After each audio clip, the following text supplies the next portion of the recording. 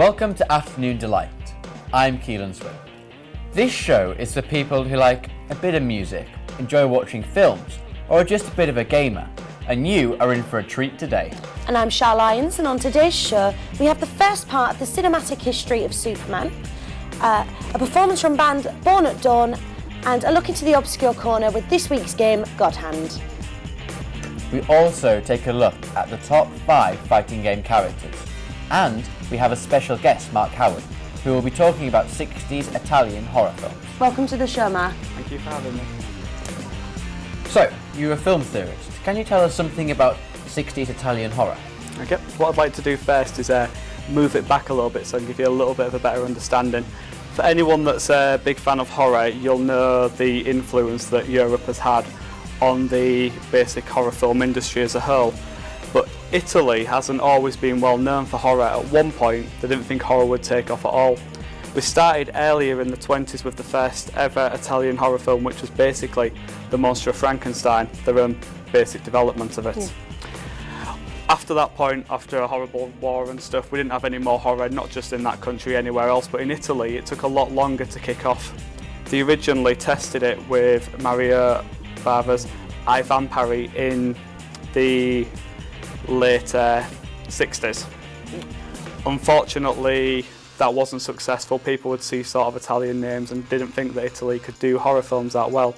It wasn't until we had the breakthrough in the UK with the Hammer films and the export market to Italy that then they decided that actually horror might work in Italy. They tried again with it.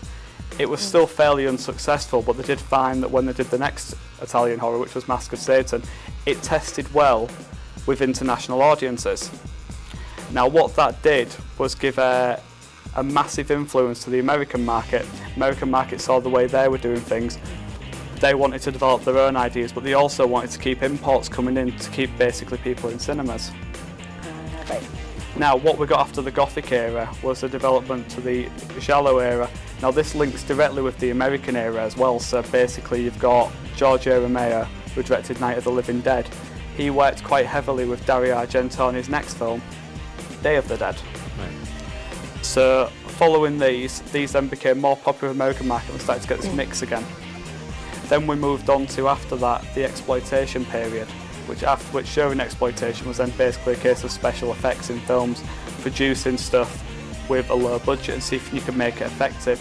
Something which you'll notice in American films is quite common. You're looking more for blood, gore and special effects. Obviously nowadays it's a lot more CGI generated, but the backgrounds begin there. So, if they're trying to look for something similar or trying to basically take on what they've seen and copy off there, obviously people that are classed as innovators or people that they find as influential, that's what they do. Right. Thanks, Mark. Well, now we take a look at the summer blockbusters for you film Hi, lovers I'm out Ellis there. Atkinson of the Pit Boys, and here's a look at some of the biggest summer blockbusters this year.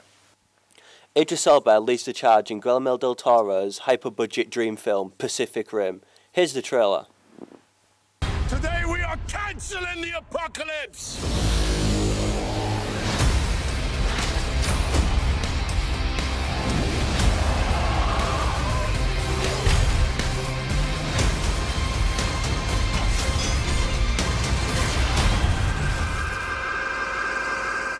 It is pretty cool.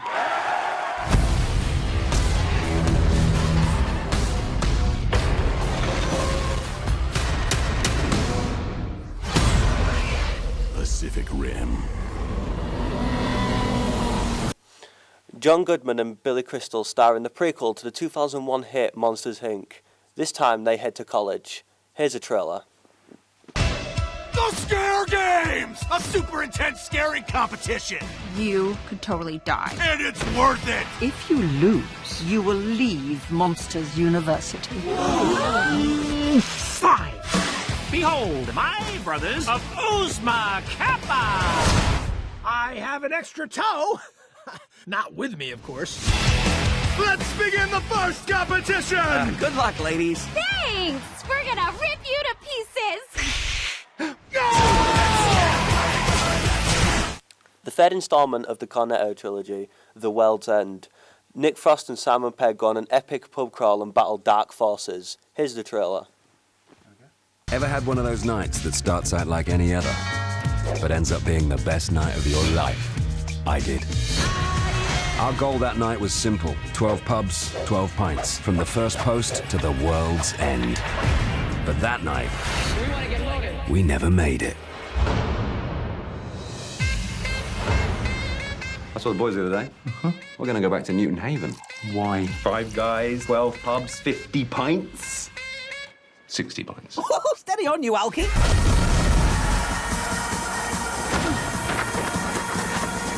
Oh, no. The World's End. Aaron Johnson returns as the costume hero Kick-Ass in Kick-Ass 2. In this installment, he must team with Hit Girl and Kennel Stars and Stripes to do battle with the Red Mist. 4 tigers. No escape.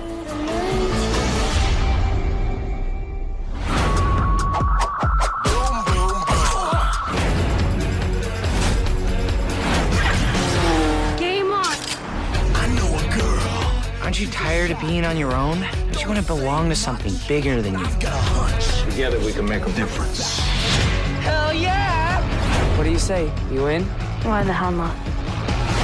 We try to have fun. Otherwise, what's the point? I don't need to spend the next 4 years of my life trying to figure out who I am. Because I already know. I'm Hit Girl. If you fancied any of these, come down to View Cinema during the summer. I'm Ellis Atkinson, signing off. Wow, that was really good. There's some really good films coming out this summer. Yeah, I agree, there are some great films coming out. Which film are you most looking forward to seeing? For me, it'd have to be Kick-Ass 2. This film looks really good. It's got lots of action and excitement in it. So. Yeah, I agree with you on why you like Kick-Ass 2. I'll probably go and see this. So which film are you most looking forward to seeing this summer? The film I'm most looking forward to seeing is Monsters University.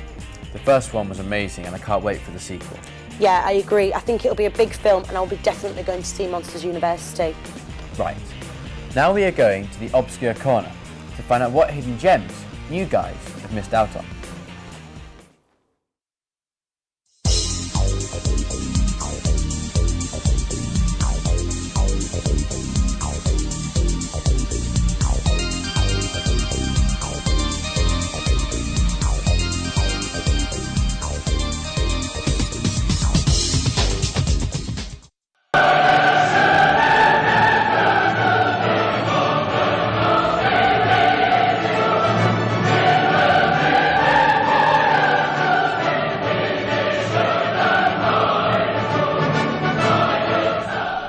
This is God Hand. In our opinion, it's pretty awesome. Let me tell you why. Created by the underappreciated Clever Studios, it's a callback to the classic beat-em up. It's also absolutely insane. Fixed to an over-the-shoulder perspective, your main goal is to walk forward and annihilate everything who stands in your way. Simple. Why does this game stand out? Well, watch this.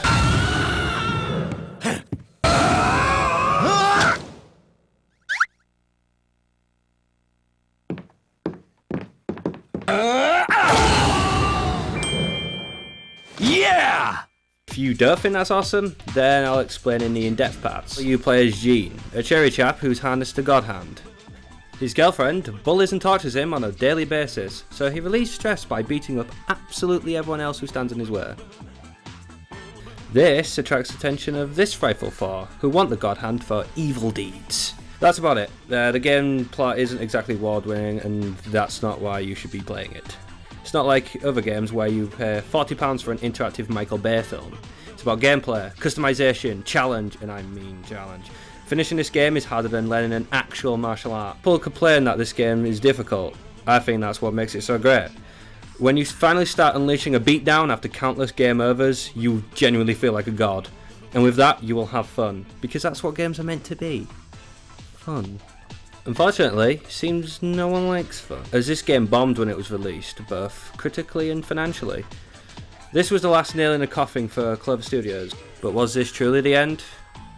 Was Clover Studios really gone?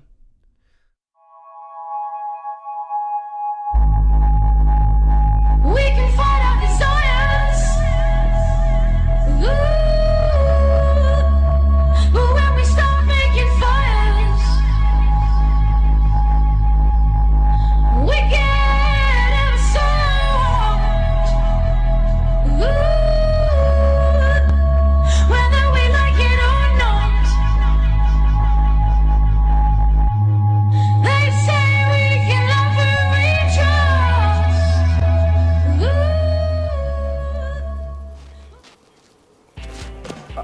Oh, I seem to be on my own. The Obscure Corner was very interesting. Where have you been? Sorry, I was having my makeup topped up. Oh, really? You girls, it's all about the image, isn't it? Sorry, but it needs sorting out. Well, just don't leave me on air again, alright? Anyway, coming up now, we have the history of a legend. For 75 years, this hero has been making the world believe a man can fly. With the upcoming release of Zack Snyder's Man of Steel, we take a look at the cinematic history of Superman. I'm not a massive fan of Superman, to be honest. I'm not gonna... Great, why say that now? Well, to be fair, it's not awful, but it's not my sort of cup of tea. Right, but why say that when we're talking about Superman? Just thought I'd let you know, to be fair.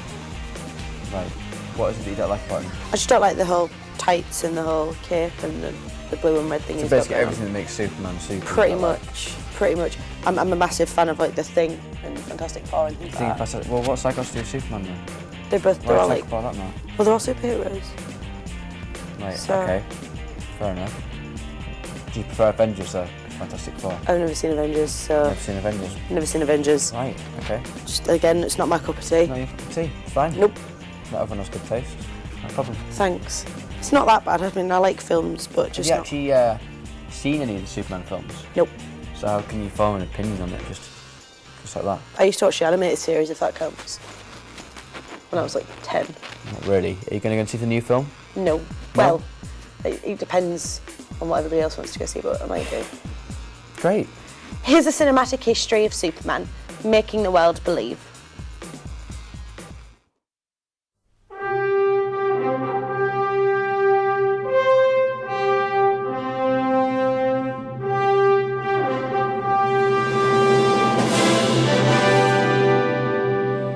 Superman, the fearless man in blue tights with a red cape and an S spread boldly across his chest.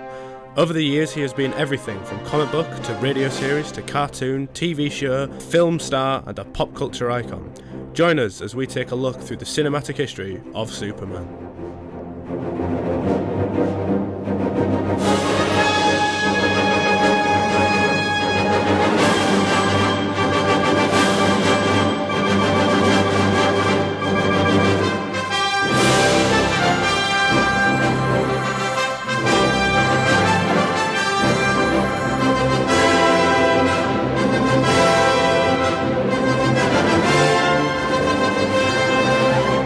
The first live-action iteration of Superman was in the 1948 15-part film serial simply called Superman.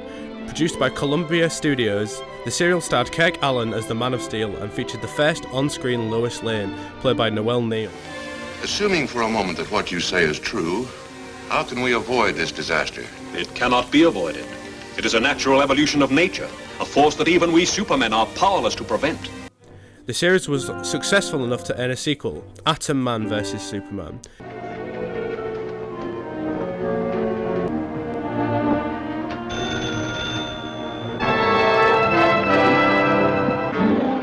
Following the Superman serials, audiences were treated to the first true Superman feature film, Superman and the Mole Men, a film released in 1951 directed by Lee Shlom. The feature would star George Reeves in the dual role of Superman and Clark Kent. You all right?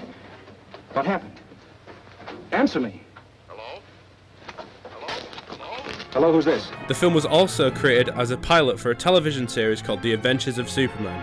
Adventures of Superman ran for 6 seasons from 1952 to 1958 and also starred George Reeves in the role.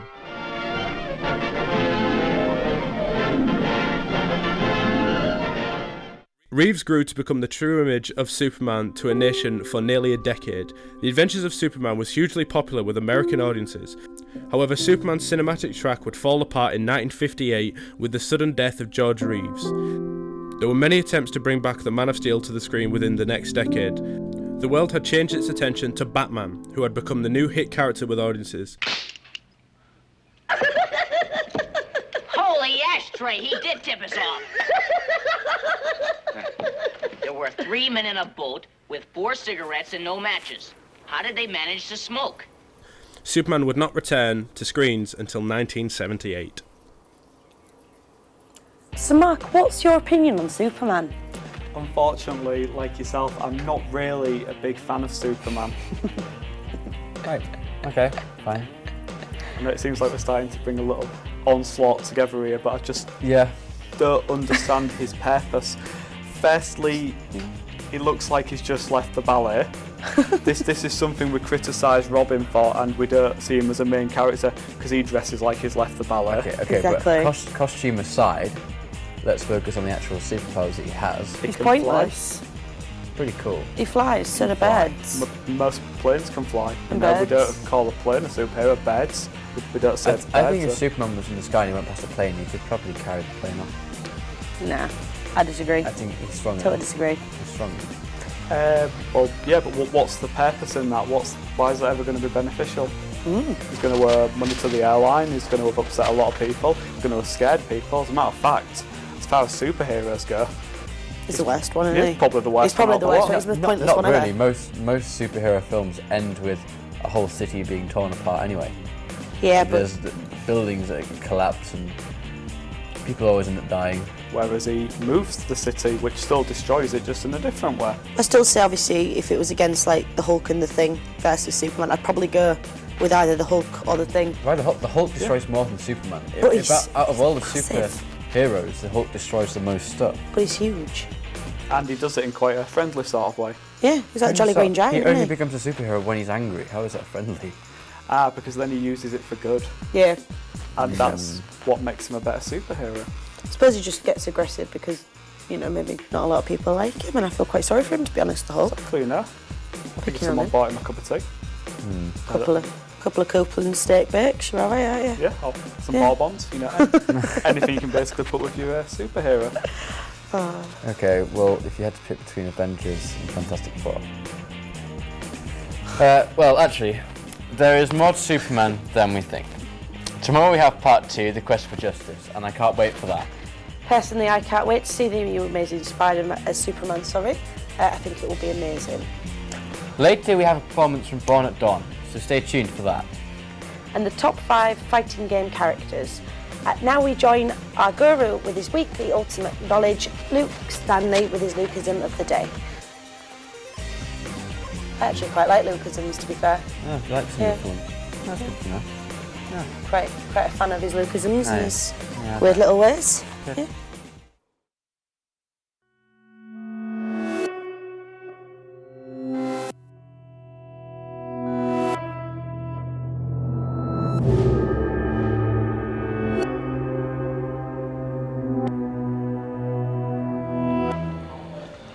The frog.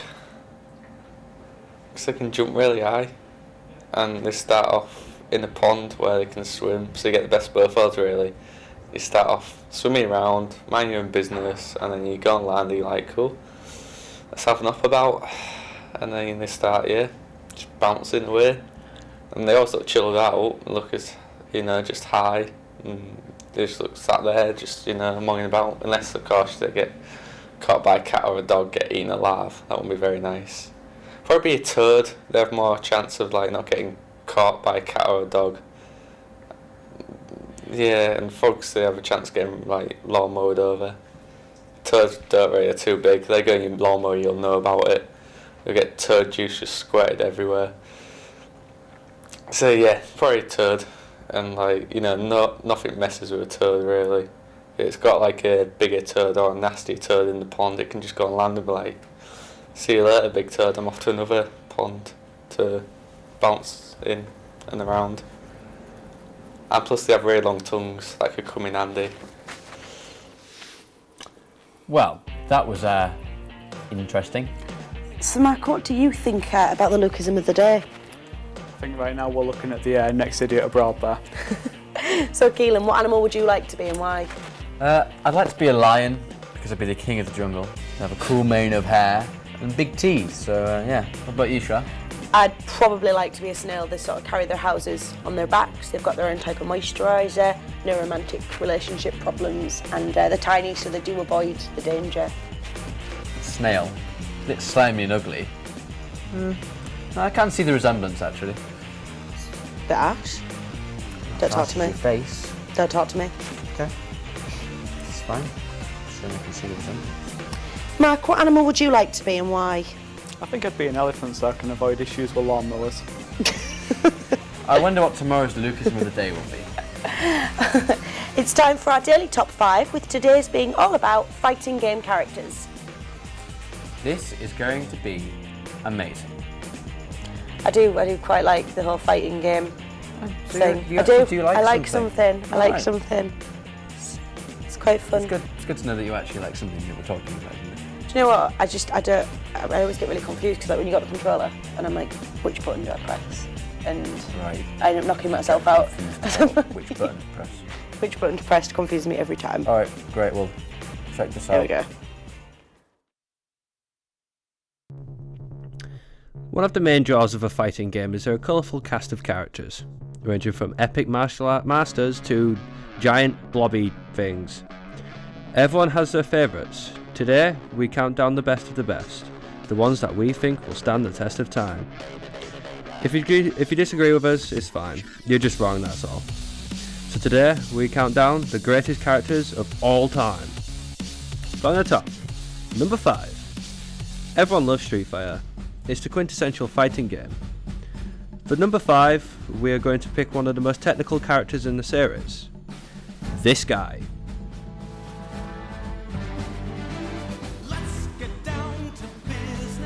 That's right, Dan Hibiki. A parody of SNK's King of Fighters, Dan Hibiki is a jerk.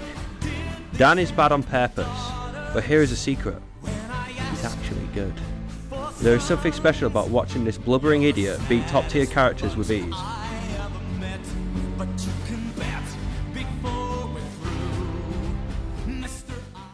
Number 4. Everyone loves a good villain, so it won't be a list without at least one villain, or two. Heihachi Mishima from Tekken and Hazama/Yuki Terumi from BlazBlue. These guys will destroy you, and destroy you.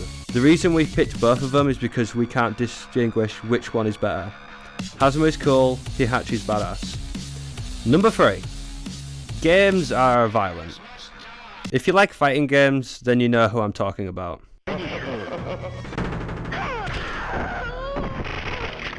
We can't show much footage of Sub-Zero due to the violent nature of Mortal Kombat.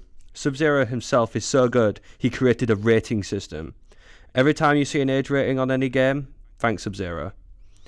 Yep, for number 2, it's Street Fighter again. But who from Street Fighter 2? Well, all of them.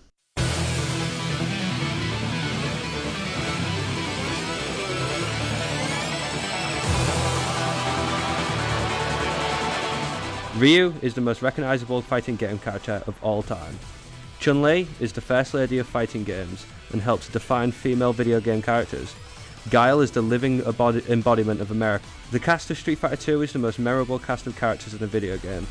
They are all memorable for their own reasons and will definitely stand the test of time. Who is better than the cast of Street Fighter 2? Well, let me show you. Don't think. Feel. Yep, that's right. It's Bruce Lee. Bruce Lee appears in almost every fighting game ever made. If it wasn't for Bruce Lee, fighting games probably wouldn't even exist. Look at the things he can do. He is essentially a real-life fighting game character. The arcade mode to every fighting game is essentially just a game of death. There's no one else like him, and he's now number 1. Bruce Lee. Looks like it's the end of the show.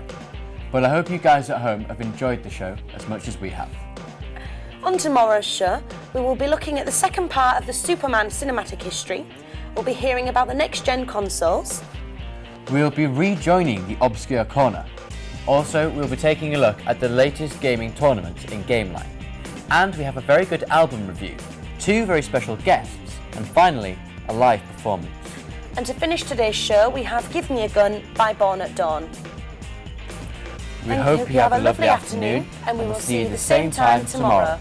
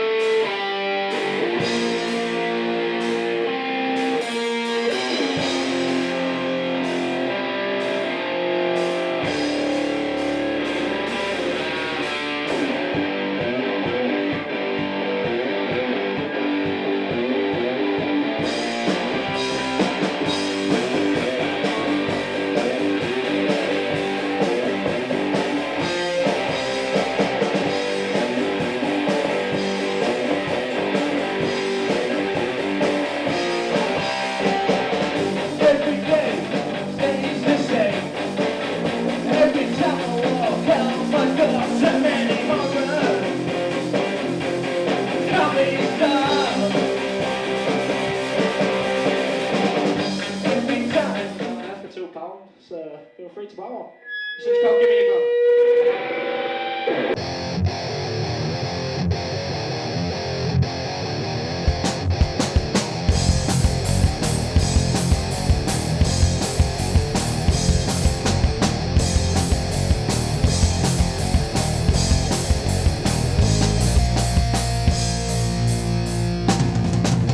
I don't know what to say, don't know how to take you, don't have time for people like you.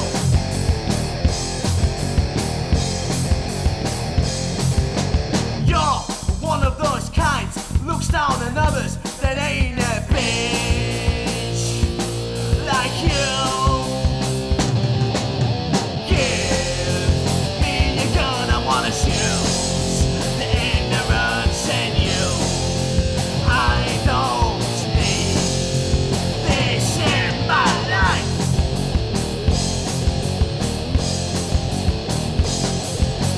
I don't wanna know you, don't wanna see you, don't wanna speak to you. You're one of those kinds, looks down on others that ain't a bitch like you. Give me your gun, I wanna shoot the ignorance in you. I don't need this in my life.